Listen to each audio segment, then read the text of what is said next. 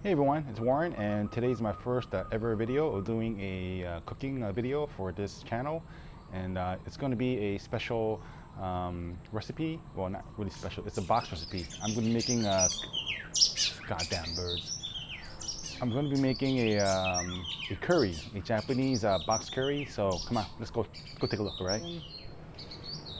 And that's everything that we're going to need.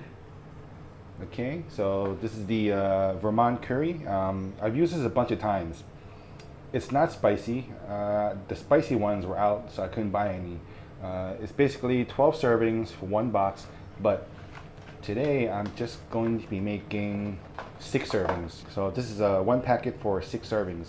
This is the curry roux for this entire recipe here. And as I said, this is the brand that I'll be using. And these are the ingredients. Okay, so what you see here, it's not really something that you would find on the ingredient list. I actually bought some more than I needed. The beef here, I definitely purchased more than I needed. I just love eating beef. And these 2 onions, 1 large potato, and 1 medium-sized carrot. And I have 3 cloves of garlic here. This really isn't on the menu list, but I just love garlic, so I just put it in. I don't care. You can probably put anything you want into this curry mix, as long as it's easy to cook.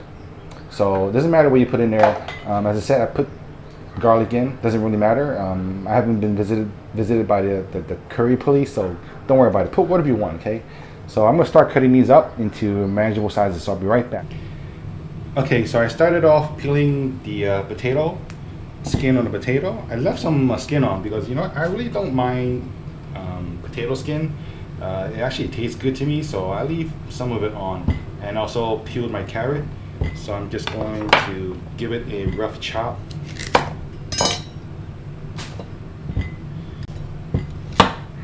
You can cut some small chunks, some big chunks, because no matter what, when you're cooking it in the curry roux, it's going to shrink and mellow out the flavor of the curry.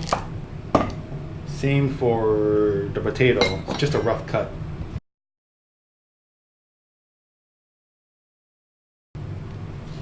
And everybody, if you like my onion cutting skills, give me a like on my video, please. Actually, if I don't cut my fingers, give me a like on my video, okay?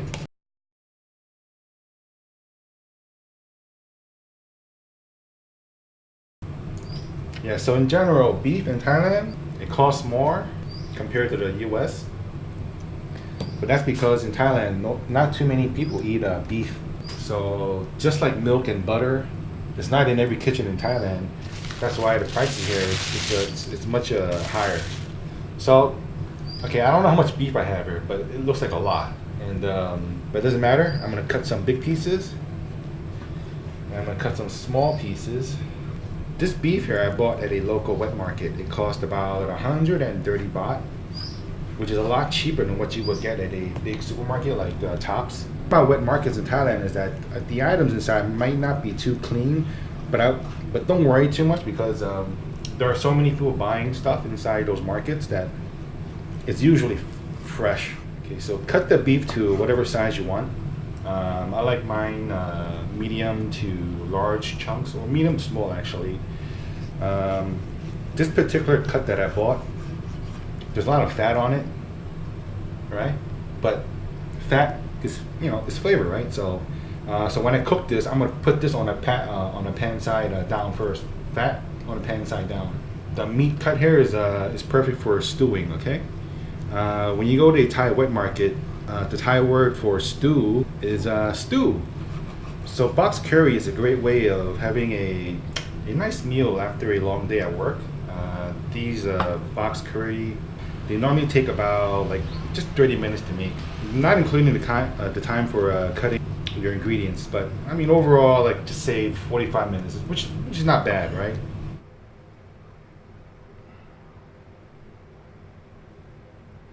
Okay, cool. So I'm gonna put in 2 tablespoons of oil. Put this medium to medium high because I want to get this pot very hot, quick. Most recipe for these curry boxes suggest that you use a heavy cast iron pan. Yeah, they're kind of pricey here, so I find that I'm just using this normal, regular stainless steel pot, and it works just perfectly. So I wouldn't worry about using a cast iron pan. Important key right now is to brown the meat. So you want to put some color onto the outer surfaces of the meat. You don't want to cook the entire thing through. The point is to cook the meat until there's like a nice brown coloring on it. Okay, there's some steam coming out. I don't know if you see it. Oil is ready. So I'm start putting the meat in right now. So I'm gonna put the meat fat side up. See, you hear that sizzling? That's the sound you want to hear. You don't want to hear any weak sizzles, right? Because then you know it's not, the pot's not hot enough. Put in all the fat in there. You want to give the meat some spaces, because if you don't, it's gonna start steaming. And yes, there will be oil coming up, and that's the part of cooking, hey? So don't worry about it. Lower the heat a little bit. It's very, very important for you to use the heat dial, because the part of cooking is controlling the heat. Some of the oil. All right, that's what you want to hear. That's good. It's cooking. As I said, I have more meat than I needed, but it's okay. Get all the boys in there. Alrighty. So I'm gonna brown all the meat on all sides. It'll probably take about 3 to 4 minutes. You can use pork, you can use chicken, whatever you want. But for me, eating beef, it's like it's not something I eat every day here in Thailand, as I said.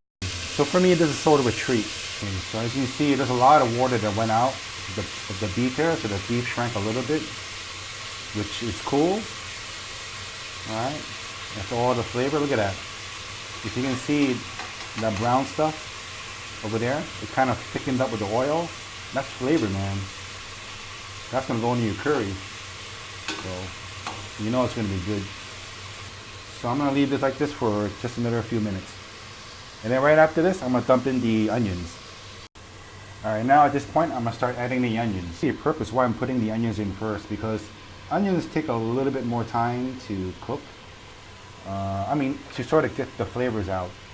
So you want the onions, what you're looking for is that the onions will become clear and soft and caramelized, because that's when you know that there's gonna be extra flavor added into this pot. It's all about flavors. You know what, I'm an idiot. I forgot to add the garlic. So, be right back. And I'm back. Here goes the garlic. I can tell already, this dish is gonna come out awesome. Funny thing about cooking is you just sort of know. I can't explain it. Sometimes when I'm starting off a recipe and just midway through, and I'll be like, you know what? I don't think this is gonna come out so well. But nah, you know what? This one, yeah, it's gonna come out A-okay. It's hot. Check out these onions. They're translucent and they look cooked through. So that's where I'm gonna add in my carrots and my potatoes. Here they are, my potatoes, carrots.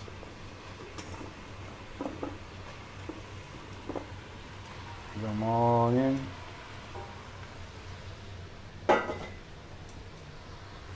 Give these a little bit of a mix. So at this point, you want to add in 3 cups of water.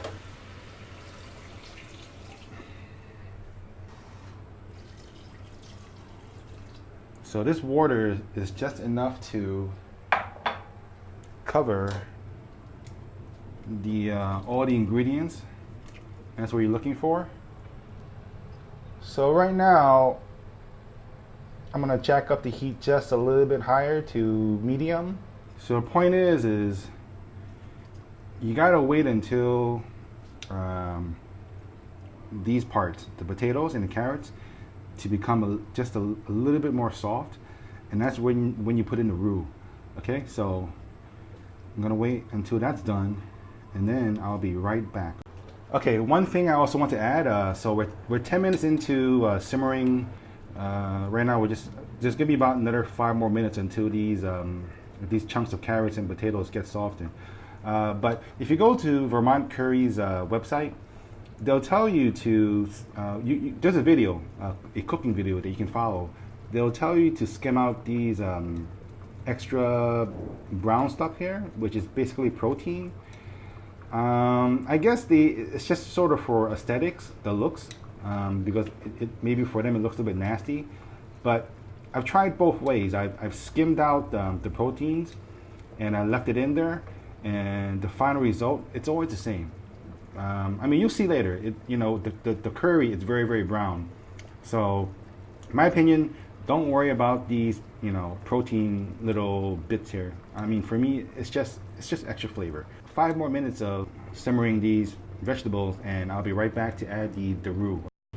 Okay, so right now this is the most critical part of the recipe. This is where I start adding the curry roux. Okay, it looks like this. All right, it's basically a paste. Chuck this out. It comes in 6 bars, and what you do is you break it up. Oh, I turn, very important, I forgot to mention, I turn off the heat, because if it's still hot, if it's still boiling, it is actually harder for I know it sounds weird, it's actually harder for the roux to dissolve in the pot. So what you do is you turn off the heat, and the residual heat from this pot of beef, carrots, and potatoes, and onions, and garlic, it's going to dissolve the curry roux like it's magic. And it's going to thicken up everything and make all the flavors just jive together. All right, so I'm going to mix it. It's really important to make sure that the roux is fully dissolved, because I think it'll be kind of nasty if somebody took a bite into your yummy curry and had a big chunk of roux inside in their mouth. So just be sure that you go through the pot and make sure that the curry has been totally dissolved. So right now, at this point, it hasn't reached its maximum thickness yet, because it does thicken up. When I turn the pot back on a low medium, the sauce is gonna really thicken up. But I'm gonna be boiling this for another, actually simmering this for another about 10 minutes. And just come back every several minutes just to stir the pot and make sure nothing sticks to the bottom. But usually it doesn't happen, but it's always good to check. So just come in and stir it up a little bit. Okay, so that's how it's supposed to look. This is the Japanese curry. All right, so this is 6 servings, and you can see it's a lot. I'm not going to eat it all in one sitting, obviously. My wife isn't really a meat and potatoes kind of girl. So what I do is I just eat some of it, and then I'll stick it into a Tupperware. And then whenever it's late or whatever, I'll just buy some rice or cook some rice at home, and I'll just microwave this and eat it. This actually gets better when you put it into the fridge overnight. For some reason, for obvious reasons, the flavors will mellow together even more. So, hey, I mean, it's a food that'll taste better the day after, and after that. So it's cool. It's a cool dish to cook. It's quick. It's easy. So right now I'm gonna go and plate this. Okay, and I'm done. And here's the final results. Looks pretty good, right? Yeah. So I prefer my curry to be spicy, but no problem. I got some of this. Brought it back from the US, which is cool. No sugar cola. But anyways, I've always been a meat and potatoes guy. Growing up in New York and all. So it's cool to have something like this to, keep me busy. But anyways, you should try it out. It's a pretty easy recipe to do, and you can eat like a bunch of it. Just stick it in your fridge, and you can have like eat it for a week if you need to, So anyways, I'll be making another new cooking video probably next week. I'm not sure what I'm going to do yet. Actually, I might, because I'm getting some special ingredients from Hong Kong, so it'll be interesting. So yeah, please subscribe. Let me know how I'm doing. Give me a like or write some comments and see what else you want me to cook next. So thanks for watching, and I'll see you next time. Bye.